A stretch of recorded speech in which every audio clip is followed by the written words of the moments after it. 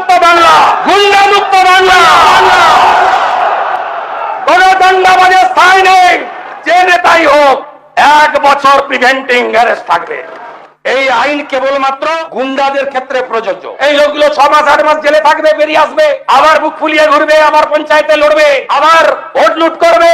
এই জিনিস বন্ধ করার জন্যই এই আইন। এটা মাটি ছাড়া করব, কোন দাঙ্গাবাজের স্থায়ী নেই। আর যে যার 5 রেকর্ড খারাপ থাকবে, যে দলেরই হোক, যে নেতাই হোক, 1 বছর প্রিভেন্টিং অ্যারেস্ট থাকবে। পাস করিয়ে দেন।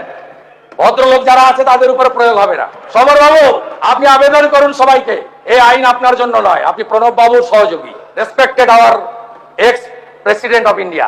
আমরা কোন ভদ্রলোকের বিরুদ্ধে প্রয়োগ করব না, কিন্তু সন্দেশখালীর বেতাজ বাদশা, জীবন তোলার খুনি, যখন যে দল আসে সেই দলে চলে আসে। এনআইএ তোলার আগে আমাকে 4 বার মেসেজ করেছে, ক্ষমা কি করবেন না?